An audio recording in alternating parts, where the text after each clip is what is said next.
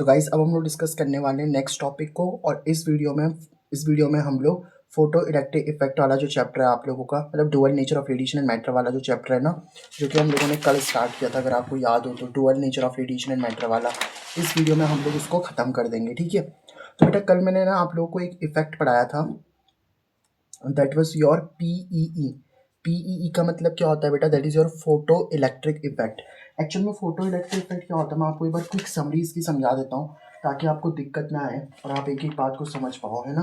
क्योंकि मेरा टारगेट है कि हर वीक बच्चा आपका टॉपर बनना चाहिए। जैसे मान लो ये आपके पास में कोई मेटल की सरफेस है, तो मैंने आपको क्या बोला था बेटा कि जैसे आपके पास में कोई भी मेटल की सरफेस होती है ना, तो उस मेटल की सरफेस पे बहुत सारे फ्री इलेक्ट्रॉन्स होते हैं आप लोगों के, है ना। मेटल की सरफेस पे क्या होते हैं बेटा आप लोग के, बहुत सारे फ्री इलेक्ट्रॉन्स होते हैं। अब आप इन पे क्या करते हो, इस तरीके से रेडिएशंस डालते हो। रेडिएशंस डालने का मतलब क्या है बेटा, आप लोग इन पे एनर्जी डालते हो। तो जैसे ही आप क्या करते हो, इन पे एनर्जी डालते हो ना, तो ये इलेक्ट्रॉन्स आपके बाहर निकल जाते हैं, है ना। इलेक्ट्रॉन्स इजेक्ट हो जाते हैं, ऐसा बोल लो सिंपल लैंग्वेज में। इजेक्ट मतलब बाहर आना, ठीक है। तो अब आप एक चीज़ देखो कि जैसे ही आप लोगों ने एनर्जी आ रही, तो इलेक्ट्रॉन्स आपके बाहर आ गए ना, तो यही फिनोमिना क्या कहलाता है आप लोग का, फोटो इलेक्ट्रिक इफेक्ट कहलाता है। This whole process is called as your PEE, photo electric effect, है ना। पी मतलब फोटो, ई मतलब इलेक्ट्रिक, ई मतलब इफेक्ट। तो फोटो इलेक्ट्रिक इफेक्ट होता है आप लोगों का। अब हम इस फोटो इलेक्ट्रिक इफेक्ट की ना बेटा एक्सपेरिमेंटल स्टडी करने वाले हैं, ठीक है। तो अब हम लोग क्या करने वाले हैं, इसकी एक्सपेरिमेंटल स्टडी। अच्छा, ये जो फोटो इलेक्ट्रिक इफेक्ट है ना आप लोगों का, ये किसने डिस्कवर करा था? तो ये हर्ट्ज ने डिस्कवर करा था, है ना। तो ये चीज़ें आपकी किसने डिस्कवर करी थी? हर्ट्ज ने इसकी डिस्कवरी करी थी। और इसके बारे में जो आगे आपको बताया जाता है ना, मतलब आगे इसके बारे में किस किसने और पढ़ा, जो इसकी स्टडी करी, वो हॉलवॉक, एक साइंटिस्ट थे हॉलवॉक, एंड एक और साइंटिस्ट जिनका नाम था लेनार्ड, ठीक है। इन दोनों साइंटिस्ट ने इसके आगे फर्दर इसके बारे में स्टडी करी, ठीक है। तो हम लोग भी कर लेते हैं यार। देखो इन्होंने क्या करा, इन्होंने इस तरीके से ना, मैं बताता हूँ इन्होंने क्या किया था। इन्होंने एक्चुअल में एक वैक्यूम ट्यूब ली थी, ठीक है। तो इन्होंने क्या करा था, इस तरीके से एक वैक्यूम ट्यूब ली, ठीक है। तो इस तरीके से इन्होंने एक वैक्यूम ट्यूब ली। वैक्यूम ट्यूब लेने का मतलब समझ रहे हो आप लोग? वैक्यूम ट्यूब मतलब अंदर कोई पार्टिकल नहीं है आप लोगों का, ठीक है। तो इस तरीके से वैक्यूम ट्यूब ले ली ना आप लोगों ने, और यहाँ पे आप लोगों ने इस तरीके से इनलेट छोड़ रखा है, मतलब यहाँ से कोई चीज़ आप लोग के अंदर आ सकती है इस तरीके से। अब यहाँ से क्या अंदर आएगा वो मैं आपको बता दूँ। जैसे यहाँ पे मान लो कोई सोर्स है आप लोगों का, ठीक है। सोर्स है यहाँ पे, सोर्स जैसे मान लो आपका सन है, तो आप सबको पता है सन से यूवी रेडिएशंस तो आती है ना भाई साहब। सन से क्या आती है बेटा आप लोग की? यूवी रेडिएशंस आती हैं। रेडिएशंस मतलब सर, रेडिएशंस मतलब बेटा एनर्जी। तो यूवी रेडिएशंस का मतलब यूवी लाइट आ रही है आप लोगों की, अल्ट्रावायलेट रेडिएशन आ रही है ना। अब यहाँ पे क्या करा आप लोगों ने, यहाँ पे आपने एक मेटल की प्लेट लगाई इस तरीके से, है ना। ये क्या लगाई बेटा आप लोगों ने? दिस इज द मेटल की प्लेट। वाह क्या अंग्रेजी है, this is the metal plate, okay.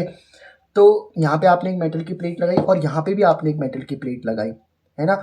ये वाली जो मेटल की प्लेट होती है ना बेटा, इसको हम एमीटर भी बोलते हैं। अब इसको एमीटर क्यों बोलते हैं मैं आपको समझाता हूँ, क्योंकि ये कुछ चीज़ें एमिट कर रहा होता है। और इस वाली प्लेट का नाम क्या होता है आप लोगों का? इसको कलेक्टर भी बोलते हैं, ठीक है। अब ध्यान से समझना। अब हम लोग क्या करते हैं, इसको हम लोग बेसिकली एक बैटरी से तो तोड़ते ही हैं, लेकिन यहाँ पे ना कम्यूलेटर का इस्तेमाल किया जाता है। अब आप बोलोगे कम्यूलेटर क्या होता है? देखो मैं आपको समझाता हूँ कम्यूलेटर का मतलब क्या होता है। जैसे मान लो ये आप लोगों ने दो मेटल की प्लेट ले रखी थी ना यहाँ पे, और ये जो आपने ये वायर्स ले रखी हैं, देखो ये वायर्स ही हैं एक्चुअल में। तो ये तो क्या है बताओ आप लोग, ये जो चल रही है ना यहाँ पे, ये तो वायर्स है ना आप लोग की। अब इन वायर्स को आप लोगों ने बैटरी से तो कनेक्ट कर रखा है यहाँ पे, बिल्कुल बैटरी से आप लोग करोगे। मान लो ये नेगेटिव टर्मिनल है, ये बड़ा वाला आपका पॉजिटिव टर्मिनल है, बट ये इसको ना बेटा कम्यूलेटर बोलते हैं। अब आप बोलोगे सर ये कम्यूलेटर का मतलब क्या है? बेटा कम्यूलेटर का मतलब क्या है कि आगे इन्होंने सोचा था ना कि ये पोलैरिटी वगैरह भी चेंज करेंगे। पोलैरिटी चेंज करने का मतलब क्या है? देखो अभी यहाँ पे आप लोगों का नेगेटिव चार्ज है ना, तो यहाँ पे भी नेगेटिव चार्ज होगा, यहाँ पे पॉजिटिव। तो ऑब्वियस सी बात है, इसके ऊपर, इस मेटल की प्लेट के ऊपर कौन सा चार्ज होगा आप लोगों का? पॉजिटिव चार्ज होगा ना इस तरीके से। तो यहाँ पे पॉजिटिव चार्ज होगा आप लोगों का। तो इन्होंने क्या बोला कि आपके पास में देखो, ये जो आप लोग क्या कर रहे हो, कम्यूलेटर लगा रहे हो ना, तो इसको आप चेंज कर सकते हो। देखो अभी यहाँ नेगेटिव है, तो यहाँ नेगेटिव होगा, यहाँ पॉजिटिव होगा, इसको चेंज कर दो। तो यहाँ इस, अब देखो जब अभी यहाँ पॉजिटिव है ना, जब आप इसकी पोलैरिटी चेंज कर लोगे, मतलब पहले प्लस इधर था, अब इधर आप माइनस रख दो इस तरीके से, मतलब आप प्लस माइनस को चेंज कर सकते हो, ठीक है। तो अब इन्होंने क्या करा, देखो अल्ट्रावायलेट रेडिएशन से क्या होगा, रेडिएशन इस मेटल की प्लेट पे पड़ेंगी। अब आपको पता है मेटल की प्लेट में क्या होता है, बहुत सारे फ्री इलेक्ट्रॉन्स होंगे आप लोग के, और फ्री इलेक्ट्रॉन्स होंगे तो वो इजेक्ट हो जाएंगे ना, बाहर आ जाएंगे, नहीं आ जाएंगे बताओ इस तरीके से। अच्छा, जो इलेक्ट्रॉन्स आपके बाहर निकलते हैं उनको क्या बोलते थे आप लोग, याद है? इसको कहते थे हम लोग फोटो इलेक्ट्रॉन, समझ पा रहे हो बात को। और ये फोटो इलेक्ट्रॉन्स क्या करने लग जाएंगे बेटा, देखो इलेक्ट्रॉन्स तो नेगेटिव चार्ज रखते हैं ना, तो ये नेगेटिव चार्ज किसकी तरफ जाने लग जाएगा बताओ आप लोगों का, पॉजिटिव चार्ज की तरफ जाने लग जाएगा। क्या इतनी बात आप लोगों को समझ में आ रही है बताओ। ये वाला जो नेगेटिव चार्ज होगा ना, ये नेगेटिव चार्ज किसकी तरफ जाने लग जाएगा आप लोगों का, पॉजिटिव चार्ज की तरफ। अब देखो इलेक्ट्रॉन्स जब चलता है ना, तो इलेक्ट्रॉन्स के चलने की ऑपोजिट डायरेक्शन में करंट बनता है कि नहीं बनता बताओ।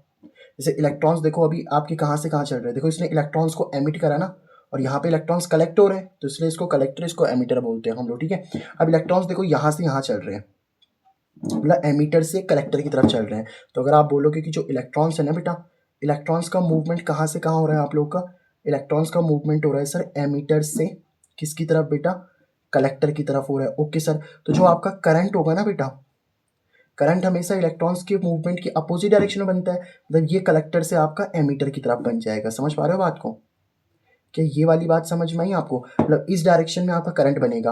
अच्छा देखो, अगर ये नॉर्मल इलेक्ट्रॉन होते तो हम सिर्फ करंट बोलते, लेकिन इनको फोटो इलेक्ट्रॉन बोल रहे हैं ना, तो फोटो इलेक्ट्रॉन्स के मूवमेंट से जो करंट बनता है ना, उस करंट को एक नाम दिया जाता है, and that is called as your photo current, है ना। इसको क्या बोलते हैं बेटा हम लोग, फोटो करंट बोलते हैं। तो फोटो करंट क्या होता है आप लोगों का, फोटो करंट को हम लोग आई पी से डिनोट करते हैं, ठीक है।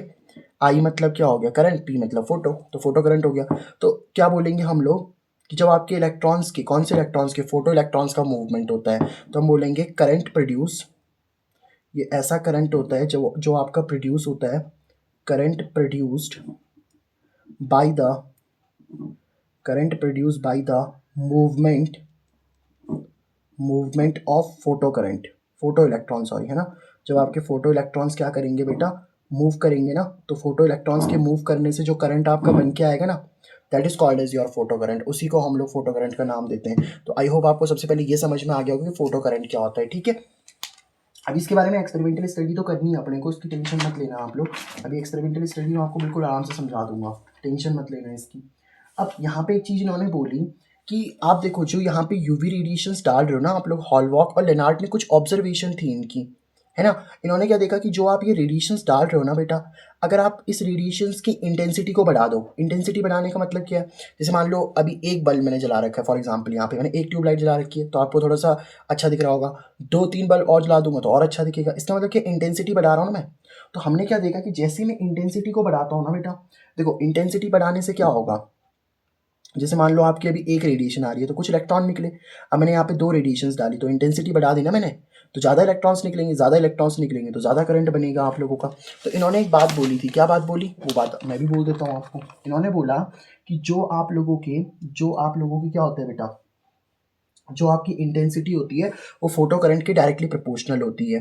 तो हम बोल सकते हैं कि as we will increase the intensity of radiation, as we will as we will increase the as we will increase the intensity of as we will increase the intensity of radiation, जैसे आप radiation की intensity को क्या करोगे बेटा, radiation की intensity को अगर आप बढ़ाओगे तो देखो इलेक्ट्रॉन्स की मात्रा भी बढ़ेगी, और अगर इलेक्ट्रॉन्स की मात्रा बढ़ेगी तो इसका मतलब करंट भी बढ़ेगा। So as we will increase the intensity of radiations, the amount of photo current will also increases, the amount of photocurrent, the amount of photocurrent also increases. तो इस केस में क्या होगा बेटा, आप लोगों का फोटो करंट की जो अमाउंट होगी ना, वो भी क्या हो जाएगी बेटा आप लोगों की, इंक्रीज हो जाएगी। क्या आपको बात समझ में आ रही है, मैं बोल सकता हूँ ना कि जो इंटेंसिटी है वो डायरेक्टली प्रोपोर्शनल है फोटो करंट के, या आप बोल सकते हो कि नहीं बोल सकते, बताओ कि इंटेंसिटी जो है वो फोटो करंट के डायरेक्टली प्रोपोर्शनल है ना। तो यहाँ से क्या बोल सकते हो बेटा आप लोग कि जो आपकी इंटेंसिटी है ना सर, वो इंटेंसिटी बेटा डायरेक्टली प्रोपोर्शनल है किसके, फोटो करंट की। फोटो करंट जितना मात्रा में आप बढ़ाओगे तो इंटेंसिटी उतनी बढ़ती जाएगी। तो आप मुझे बता सकते हो इसके लिए ग्राफ कैसे बनेगा, देखो मान लो ये आप लोगों ने क्या करा, फॉर एग्जांपल एक्स वाली एक्सिस भी, ये एक्स एक्सिस है आप लोग की, वाई एक्सिस है ये, तो एक्स एक्सिस पे मान लो आपने क्या ले ली, इंटेंसिटी ले ली, और वाई एक्सिस पे क्या ले लिया आप लोगों ने, आई पी ले लिया, आई पी मतलब फोटो करंट।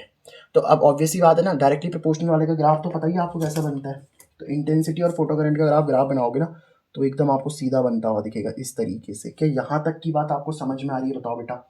अच्छा एक चीज़ और थी यहाँ पे, एक चीज़ और मैं आपको बताता हूँ कि यहाँ पे इन्होंने एक चीज़ और ऑब्जर्व करी, पता क्या, कि देखो जो रेडिएशंस आ रही है ना बेटा, उन रेडिएशन की कुछ ना कुछ फ्रीक्वेंसी तो होगी ना, फ्रीक्वेंसी का मतलब समझते हो ना, जैसे देखो रेडिएशंस आपकी वेव की फॉर्म में आ रही हैं, तो जैसे मान लो ये पॉइंट है ना, तो इस पॉइंट से 1 सेकंड में कितनी वेव जा रही है, उसी को तो हम लोग फ्रीक्वेंसी बोलते हैं ना। यहाँ पे सोच के बताओ आप लोग, इसको हम लोग क्या बोलते हैं बेटा, फ्रीक्वेंसी बोलते हैं। अब सोचो अगर वेव फटाफट फटाफट जा रही है तो इलेक्ट्रॉन्स भी आपके फटाफट फटाफट निकल रहे होंगे। सोचो ना, अगर ये वेव आराम आराम से जा रही होती तो इलेक्ट्रॉन्स भी आपके आराम आराम से जा रहे होते, तो करंट भी आपका धीरे धीरे बन रहा होता।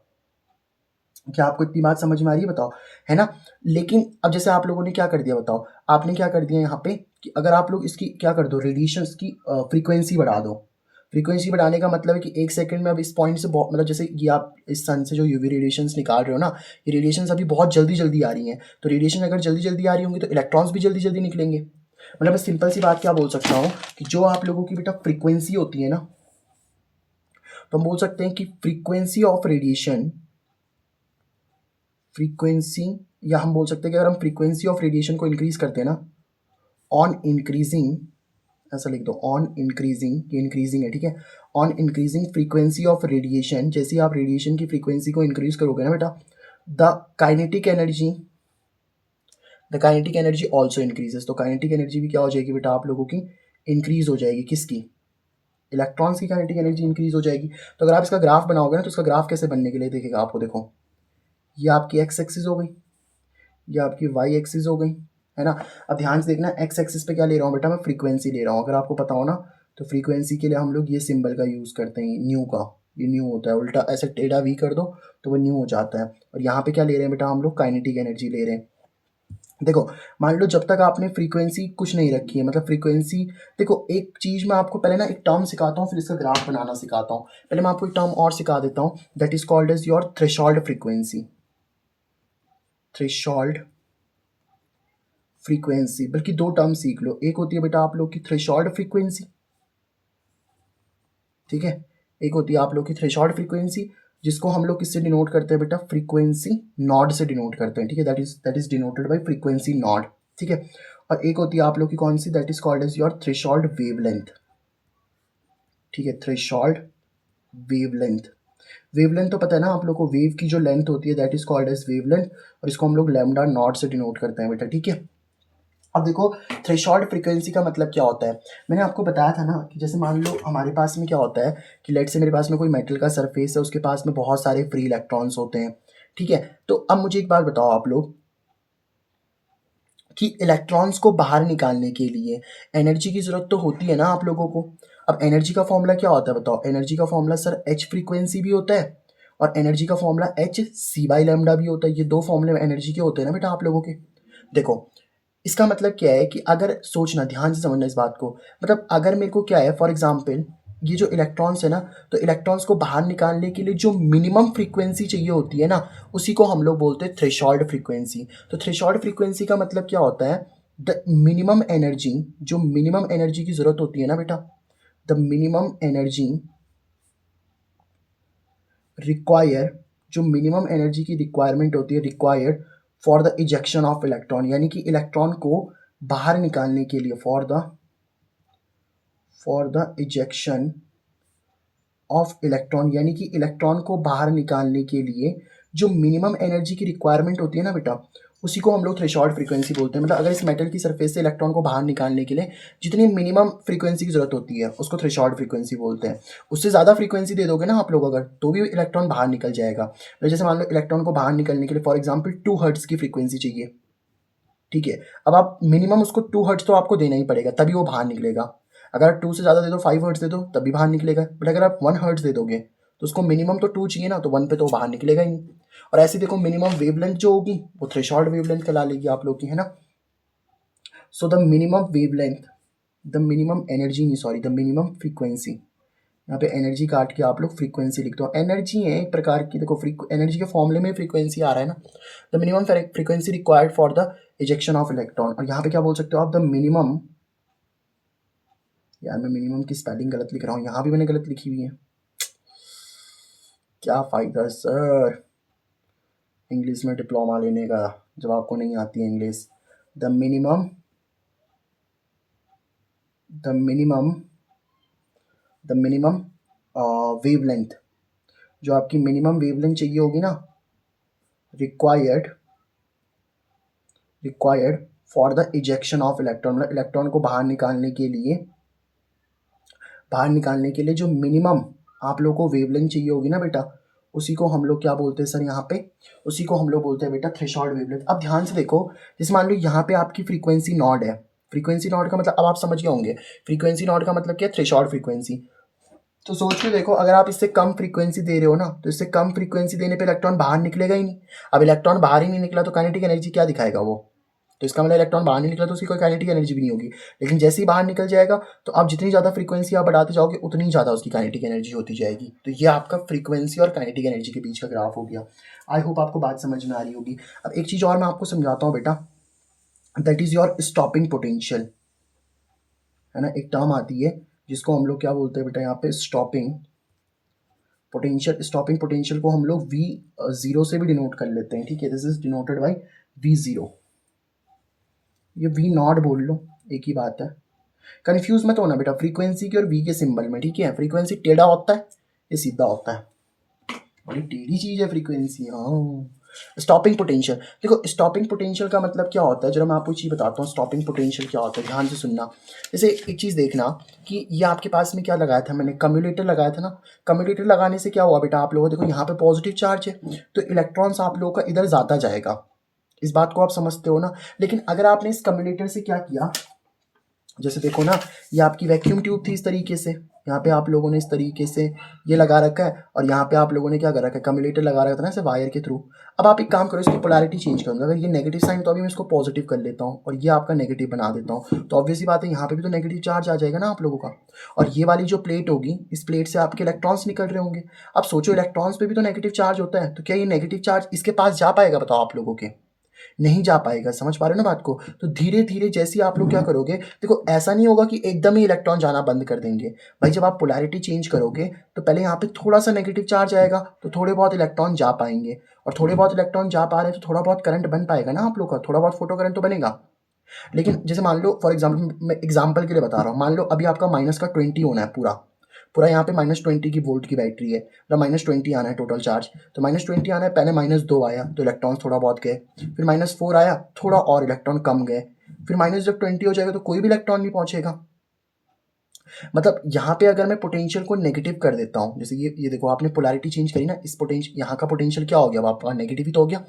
तो इसका मतलब ऐसा पोटेंशियल जिसपे आपका फोटो करंट जीरो हो जाए, क्योंकि देखो जब इलेक्ट्रॉन्स इस पे जाएंगे ही नहीं। देखो अगर यहाँ पे आपके पास में यहाँ पॉजिटिव चार्ज होता फिर तो इलेक्ट्रॉन इधर चले जाते ना, बट यहाँ पे नेगेटिव चार्ज है तो इलेक्ट्रॉन इधर नहीं जाएंगे। तो इसका मतलब ऐसा पोटेंशियल जिसपे आपका फोटो करंट जीरो हो जाता है ना, उसी को स्टॉपिंग पोटेंशियल बोल देते हैं हम लोग, ठीक है। मतलब अगर आपने इसको नेगेटिव कर दिया तो सोचो कोई इलेक्ट्रॉन नहीं जा पाएगा आप लोगों का, है ना। तो स्टॉपिंग पोटेंशियल क्या होता है बेटा, द पोटेंशियल, क्या बोल सकते हो आप लोग, स्टॉपिंग पोटेंशियल V0 क्या होता है आप लोग का, द पोटेंशियल, ऐसा potential, the potential at which the photo current eight which the photo current becomes zero. जो आपका फोटो करंट होता है बेटा वो क्या हो जाता है आप लोगों का, जीरो हो जाता है, ठीक है। यानी कि हम बोल सकते हैं सिंपल सी बात कि IP यानी कि photo current is equal to कितना हो जाएगा बेटा आप लोगों का, जीरो हो जाएगा। तो आई होप आपको बात समझ में आ रही होगी स्टॉपिंग पोटेंशियल के बारे में, ठीक है। एक काम करते हैं, फोटो करंट और इस पोटेंशियल के बीच का एक ग्राफ बना के दिखाता हूँ मैं आप लोगों को, ठीक है। तो यहाँ पे मैंने क्या करा, ये मैंने वाई एक्सिस ले रखी है, इस पर मैंने फोटो करंट को ले लिया, ठीक है। और ये बेटा मैंने एक्स एक्सिस ले रखी है। अब ये बताओ, इधर तो आपका पॉजिटिव पोटेंशियल होगा, इधर की तरफ पॉजिटिव चलता है ना भाई, ये ओरिजिन है। तो ओरिजिन से राइट में क्या चलता है आप लोग का, पॉजिटिव। ओरिजिन से लेफ्ट क्या चलता है बताओ आप लोग का, नेगेटिव आ जाएगा यहाँ पे। इतनी बात को समझ पा रहे हो ना आप लोग। और इस एक्सिस पे क्या ले रहे हो बेटा आप लोग, पोटेंशियल ले रहे हो, ठीक है। अब ध्यान से सुनना कि देखो आपका जो करंट होगा ना बेटा आप लोगों का, जैसे मान लो आप पोटेंशियल को पॉजिटिव करते हो, जैसे यहाँ पे देखो इस पोटेंशियल को अगर आप पॉजिटिव रखोगे तो ऑब्वियस सी बात है इलेक्ट्रॉन सर इस पे जाते जाएंगे, इलेक्ट्रॉन जाते जाएंगे तो करंट आपका बढ़ता हुआ जाएगा ना, बिल्कुल सर। तो इसका मतलब क्या है बेटा आप लोगों का, कि जैसे जैसे आप पोटेंशियल को पॉजिटिव करोगे ना तो करंट आपका बढ़ता हुआ जाएगा, कोई दिक्कत नहीं है सर। करंट आपका इस तरीके से बढ़ता हुआ रहेगा, कोई दिक्कत नहीं है, करंट आपका बढ़ेगा बढ़ेगा बढ़ेगा। लेकिन एक टाइम के बाद करंट क्या हो जाएगा, ऐसे एकदम सैचुरेट हो जाएगा। अब सर ये करंट सैचुरेट क्यों हुआ आप लोगों का, मैं आपको बताता हूँ कि करंट सेचुरेट क्यों हुआ। देखो सैचुरेट करंट होने का मतलब क्या है ना, सोचो जब सारे इलेक्ट्रॉन्स इधर पहुंच जाएंगे आप लोग के तो पूरा करंट बन चुका होगा। तो पूरा करंट बन गया तो यहाँ पे फोटो करंट आप लोगों का कितना हो जाएगा, फोटो करंट अब सैचुरेट हो चुका है आप लोगों का, मतलब पूरा फोटो करंट बन गया। लेकिन अब अगर आपने पोटेंशियल नेगेटिव कर दिया, देखो यहाँ पोटेंशियल अब आप नेगेटिव लगा रहे हो, जो पॉजिटिव साइन था ना उधर नेगेटिव कर रहे हो आप, तो नेगेटिव करते जाओगे तो ये धीरे धीरे इधर आता जाएगा आप लोग का। अगर आप नेगेटिव पोटेंशियल कर रहे हो ना तो आपका फोटो करंट भी जीरो जीरो होता जाएगा इधर। तो एक टाइम के बाद आपका फोटो करंट कितना हो जाएगा आप लोग का, जीरो दिख जाएगा आप लोग को। यहाँ पे आपका पोटेंशियल आ गया ना आप लोग का वी जीरो, पोटेंशियल बन गया आप लोगों का, इधर देखो वी जीरो। तो इसका मतलब स्टॉपिंग पोटेंशियल क्या होता है कि पहले तो आप लोगों को जब तक पोटेंशियल को आप पॉजिटिव रखोगे तो करंट आपका बढ़ता हुआ जाएगा, लेकिन एक टाइम के बाद सेचुरेट भी हो जाएगा, क्योंकि अगर सारे इलेक्ट्रॉन्स पहुंच गए ना, सोचो जब आप इसको पॉजिटिव रख रहे हो तो सारे इलेक्ट्रॉन्स अगर पहुंच गए तो पूरा करंट बन जाएगा। लेकिन अगर आप इसको नेगेटिव कर रहे हो तो फिर तो कोई इलेक्ट्रॉन नहीं जाएगा ना, तो करंट धीरे धीरे आप लोगों का नेगेटिव होता जाएगा और एक बार जीरो बन जाएगा। तो यहाँ पे स्टॉपिंग पोटेंशियल हो गया आप लोगों का। तो स्टॉपिंग पोटेंशियल क्या होता है बेटा आप लोगों का, वो पोटेंशियल जिसपे आप लोगों का फोटो करंट कितना बन जाता है बेटा आप लोगों का, जीरो बन जाता है। कि यहाँ तक की बात आप लोगों के पल्ले पड़ रही है क्या, कि यहाँ तक का जो फंडा आप लोगों को समझ में आ रहा है बेटा। अब अगर आपको इतनी बात समझ में आती है ना तो मैं आपको कुछ एक पहले ना एक नोट पॉइंट है बेटा, वो नोट पॉइंट मैं आपको बताता हूँ और फिर मैं आपको आइंस्टीन की फोटो इलेक्ट्रिक इक्वेशन भी बताऊंगा, ठीक है। तो पहले एक नोट पॉइंट आप लोग लिख लो बेटा, एक नोट पॉइंट आप लोग लिख लो और फिर मैं आप लोग को आइंस्टीन की फोटो इलेक्ट्रिक इक्वेशन मतलब बनाना सिखाऊंगा, ठीक है। ध्यान से सुनना, ये नोट पॉइंट भी बड़ा इंपॉर्टेंट है आप लोगों का, ठीक है। देखो जैसे मैं आपको ये चीज़ बता रहा हूँ कि अगर मान लो आपकी जो फ्रीक्वेंसी है ना, अगर वो फ्रीक्वेंसी आपकी फ्रीक्वेंसी नॉट से ज़्यादा है, देखो इसका मतलब मैं आपको समझाता हूँ। जो आप फ्रीक्वेंसी दे रहे हो ना यहाँ पे, मतलब जो एनर्जी आप देखो, इलेक्ट्रॉन्स को बाहर निकालने के लिए आपको फ्रीक्वेंसी तो देनी पड़ेगी। जैसे ना देखो ये आपके पास में क्या है बेटा, मेटल की सरफेस है। अब मेटल की सरफेस के पास में क्या होंगे बताओ आप लोग के, फ्री इलेक्ट्रॉन्स होंगे कि नहीं होंगे, यस सर। तो मेटल की सरफेस के पास क्या होंगे बेटा आप लोग के, फ्री इलेक्ट्रॉन्स होंगे इस तरीके से। तो इन फ्री इलेक्ट्रॉन्स को बाहर निकालने के लिए आपने फ्रीक्वेंसी देनी है ना। जैसे मान लो इनको बाहर निकलने के लिए फॉर एग्जाम्पल 2 हर्ट्ज की फ्रीक्वेंसी चाहिए और आपने इनको कितने की फ्रीक्वेंसी दे दी है, 10 हर्ट्ज की फ्रीक्वेंसी दे दी। तो अगर आप इनको 10 हर्ट्ज की फ्रीक्वेंसी दे दोगे तो फिर तो ये इलेक्ट्रॉन्स आपके बाहर निकलना तय है ना। तो अगर ऐसी कंडीशन होती है ना कि जो फ्रीक्वेंसी अगर आप लोग दे रहे हो, फ्रीक्वेंसी नॉट कौन सी फ्रीक्वेंसी होती है बताओ आप लोग की, this is called as your threshold frequency, है ना। इसको क्या बोलते हैं बेटा हम लोग, this is called as your threshold frequency. तो ये अगर आपकी जो फ्रीक्वेंसी आप दे रहे हो ना, अगर वो थ्रेशोल्ड फ्रीक्वेंसी से ज़्यादा है, मतलब इसको बाहर निकलने के लिए टू हर्ट्ज की चाहिए, आप 10 की दे रहे हो, तो ऑब्वियस ही बात है इलेक्ट्रॉन बाहर निकलेगा। और अगर इलेक्ट्रॉन बाहर निकलेगा, अगर आपका इलेक्ट्रॉन जो है बेटा वो बाहर निकलेगा तो इस केस में आपका फोटो इलेक्ट्रिक इफेक्ट होगा। तो हम बोलेंगे photo electric effect take place, photo electric effect takes place. समझ पा रहे हो बात को, फोटो इलेक्ट्रिक इफेक्ट आप लोगों का क्या होगा बेटा, फोटो इलेक्ट्रिक इफेक्ट आपका मतलब हो जाएगा, ठीक है। अच्छा एक कंडीशन और लेते हैं कि मतलब जितनी फ्रीक्वेंसी आप लोग दे रहे हो अगर वो बराबर हो जाए आप लोग की फ्रीक्वेंसी नॉट के बराबर, मतलब देखो फॉर एग्जाम्पल मेटल को बाहर निकलने के लिए कितने कितने फ्रीक्वेंसी की एनर्जी जरूरत है, 2 हर्ट्ज की। तो जो 2 हर्ट्ज है वो तो थ्रेशोल्ड फ्रीक्वेंसी हो गई ना, जो मिनिमम एनर्जी इसको चाहिए वो तो 2 हर्ट्ज की है, तो वो तो थ्रेशोल्ड फ्रीक्वेंसी हो गई। और आप भी इसको कितने की एनर्जी दे रहे हो, 2 हर्ट्ज की दे रहे हो। अब इसको 2 की चाहिए निकलने के लिए, आपने 2 ही दे दी, तो यस इस कंडीशन में भी आपका फोटो इलेक्ट्रिक टेक प्लेस करेगा, मतलब इलेक्ट्रॉन बाहर निकलेगा तो फोटो इलेक्ट्रिक इफेक्ट तो होगा ही ना। तो फोटो इलेक्ट्रिक इफेक्ट इस केस में भी पॉसिबल है, ठीक है। अच्छा लेकिन अगर आप लोग जो फ्रीक्वेंसी दे रहे हो ना, अगर वो फ्रीक्वेंसी नॉट से बेटा कम हो जाती है, ये साइन पता है ना आपको, ग्रेटर का है, इक्वल टू का है, लेस का है, ये क्या बता रहे हो सर आप, ये तो पता होता है हमें। तो फ्रीक्वेंसी जो है अगर वो लेस देन आती है फ्रीक्वेंसी नॉट से, मतलब मतलब जैसे इसको बाहर निकलने के लिए 2 हर्ट्ज की फ्रीक्वेंसी चाहिए, वो तो आप लोगों की क्या हो गई बताओ, वो तो आपकी थ्रेशोल्ड फ्रीक्वेंसी हो गई। अब आप इसको 1 हर्ट्ज की फ्रीक्वेंसी दे रहे हो तो क्या ये बाहर निकलेगा बेटा, नहीं। तो इस केस में कोई इजेक्शन ऑफ इलेक्ट्रॉन नहीं होगा, तो हम बोलेंगे यहाँ पे नो, PEE लिख दूँ बताओ मैं, photo electric effect, photo electric effect, no photo electric effect will take place,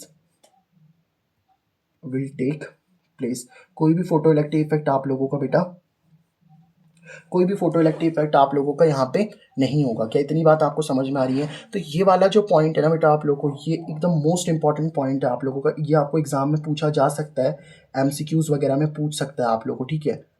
वैसे भी इस चैप्टर की वेटेज अच्छी खासी है इस बार के बोर्ड में, मुझे ऐसा लग रहा है, ठीक है। तो मोस्ट इंपॉर्टेंट टॉपिक है आप लोगों का, ठीक है।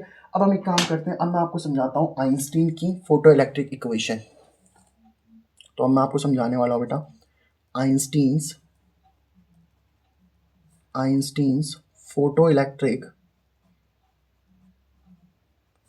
Einstein photo electric equation. देखो आइंस्टीन की फोटो इलेक्ट्रिक इक्वेशन मैं आपको समझाऊंगा, बट उससे पहले एक काम करते हैं।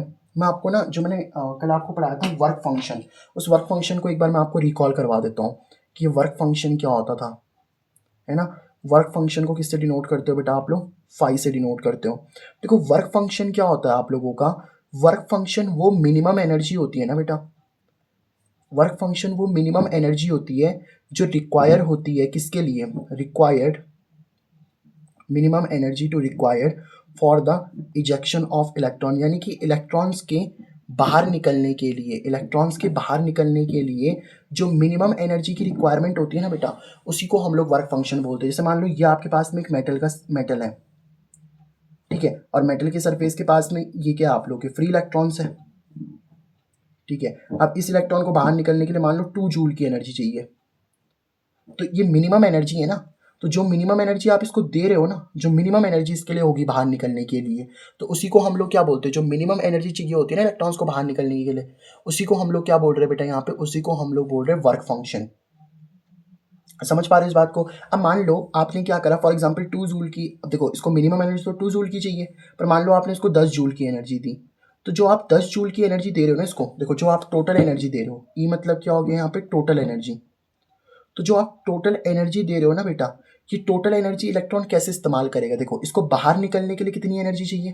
2 जूल की, तो ये 10 में से 2 जूल किस में यूज़ कर लेगा बेटा? 10 में से 2 जूल ये यूज़ कर लेगा बेटा, 10 में से 2 जूल तो ये यूज़ कर लेगा बाहर निकलने के लिए, क्योंकि देखो इसको बाहर निकलने के लिए भी तो मिनिमम एनर्जी चाहिए ना, जिसको हम वर्क फंक्शन कह रहे हैं, फाई।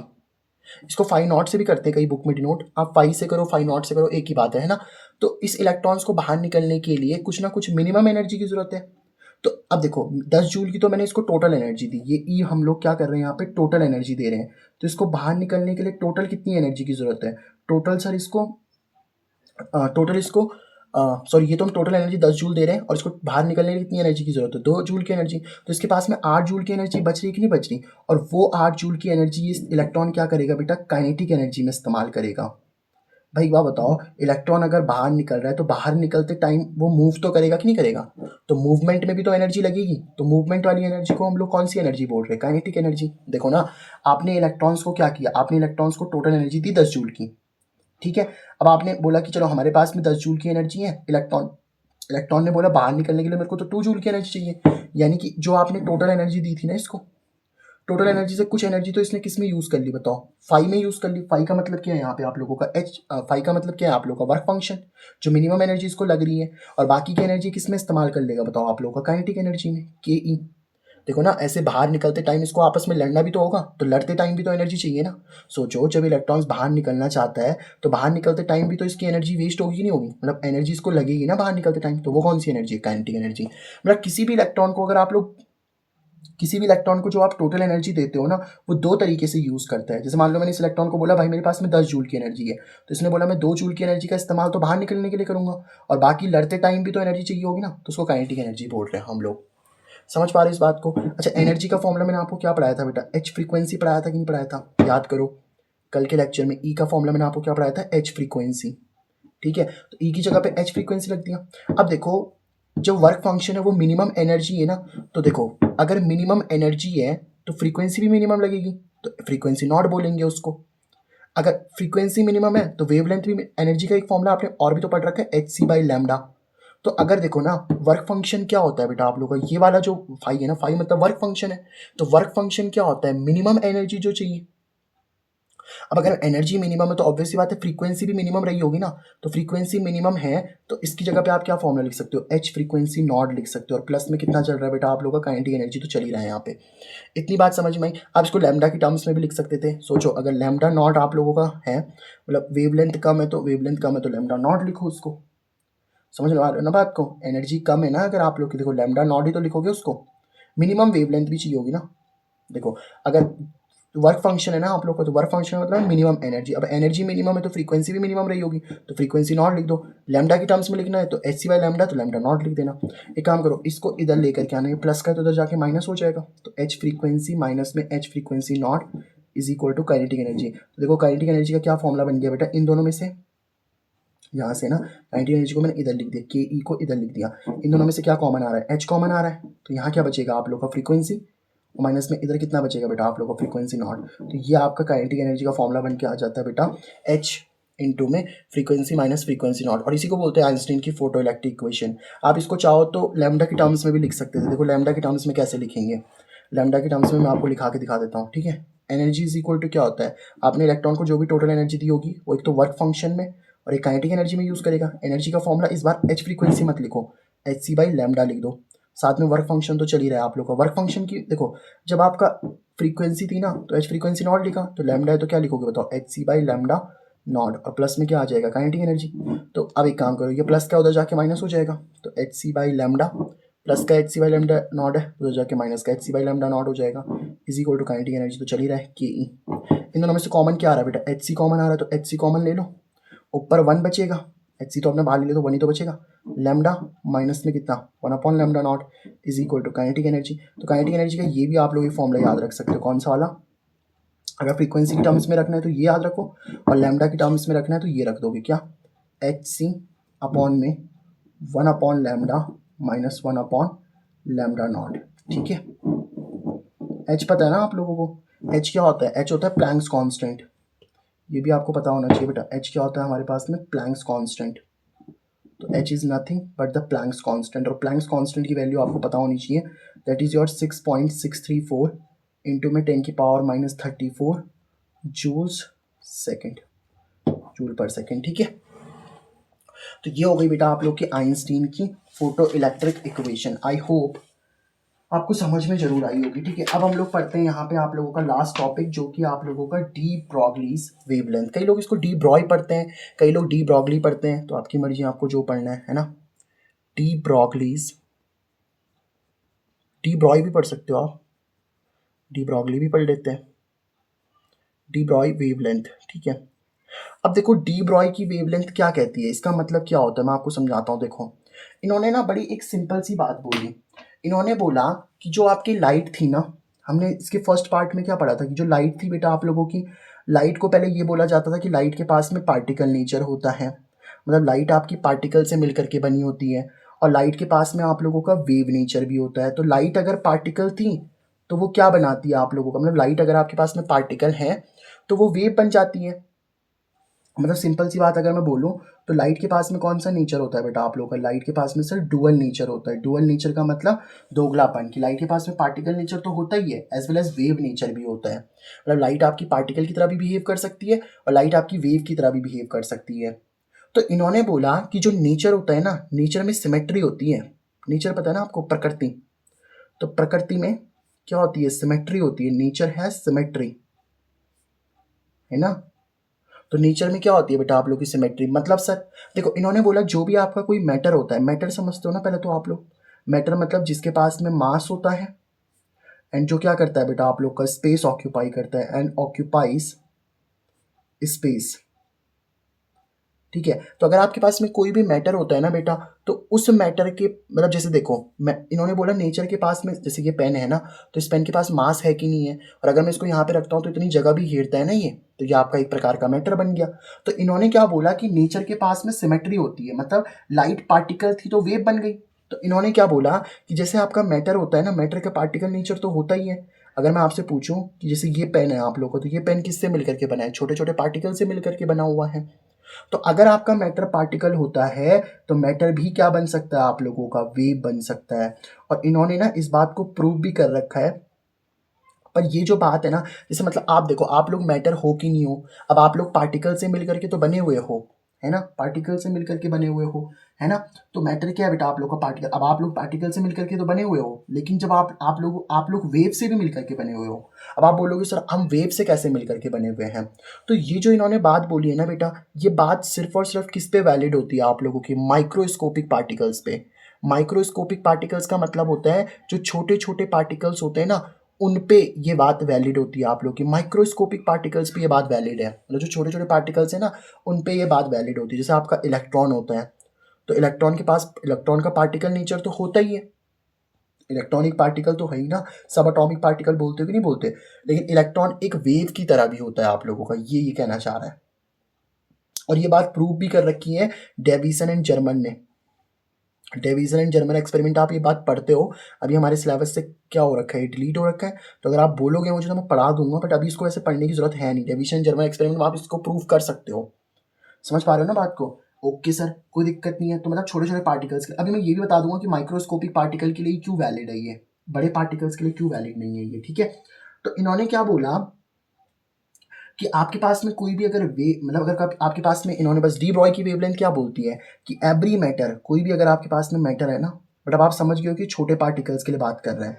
तो every matter associated with a wave, her matter क्या होता है बेटा आप लोगों का, एक वेव के साथ एसोसिएट होता है। Every matter associated with a wave, ठीक है। और इन्होंने कितना बोला कि हर वेव, देखो ऑब्वियसली बात है, अगर कोई मैटर है और उस मैटर मतलब वो मैटर आप लोगों का वेव बन रहा है, तो वेव की तो वेव लेंथ होती है कि नहीं होती, बताओ। लैम्डा का मतलब क्या होता है आप लोगों का, वेव लेंथ होती है। तो उन्होंने बोला कितनी वेव लेंथ होती है हर मैटर की, वो होती है बेटा h/p।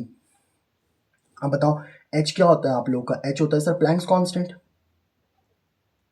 h तो आप लोग का प्लैंक्स कांस्टेंट है। और p क्या होता है बेटा आप लोग का, p होता है आपका मोमेंटम। मोमेंटम समझते हो ना आप लोग, मोमेंटम समझते हो, समझते हैं सर। मोमेंटम होता है आप लोग का मास इनटू में वेलोसिटी। किसी भी पार्टिकल का मास ले लो और उस पार्टिकल की वेलोसिटी ले लो, तो आपको मोमेंटम मिल जाएगा। p is equal to m into v पढ़ा है ना आप लोगों ने। p मतलब momentum, momentum is equal to mass into velocity. अब इस बात का प्रूफ मैं आपको दे देता हूँ, ठीक है। ये बात का प्रूफ क्या है, तो इस प्रूफ को मैं आपको समझा देता हूँ कि इसका प्रूफ कैसे किया जा सकता है। देखो प्रूफ करना बड़ा ईजी है।